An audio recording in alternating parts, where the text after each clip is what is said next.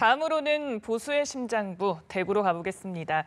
이제 사전투표 종료가 얼마 남지 않은 가운데 어제 시작부터 지금까지 전국에서 가장 낮은 투표율을 보이고 있는데요. 현장 취재기자 연결합니다. 성승환 기자.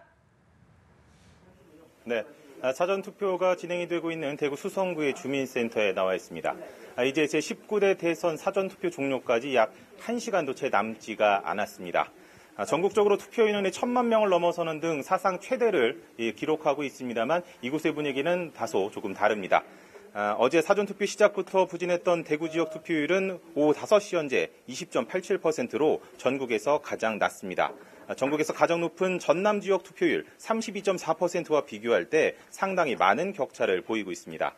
특히 대선에서 사전투표가 이루어지는 것이 이번이 처음이라 직접 비교는 어렵습니다만 이명박, 박근혜 정부가 탄생한 지난 17대, 18대 대선 때 대구 지역 투표율이 전국 평균을 훨씬 웃돌았던 것과도 사뭇 다른 모습입니다.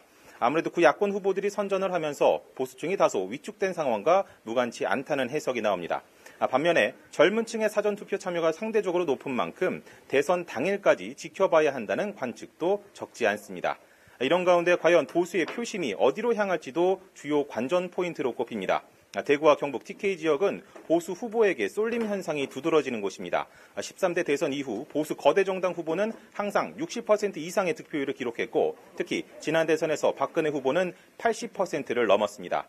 하지만 이번 선거 기간 TK의 민심이 계속 출렁거린 만큼 우위를 쉽게 점치기 어렵다는 의견이 나옵니다.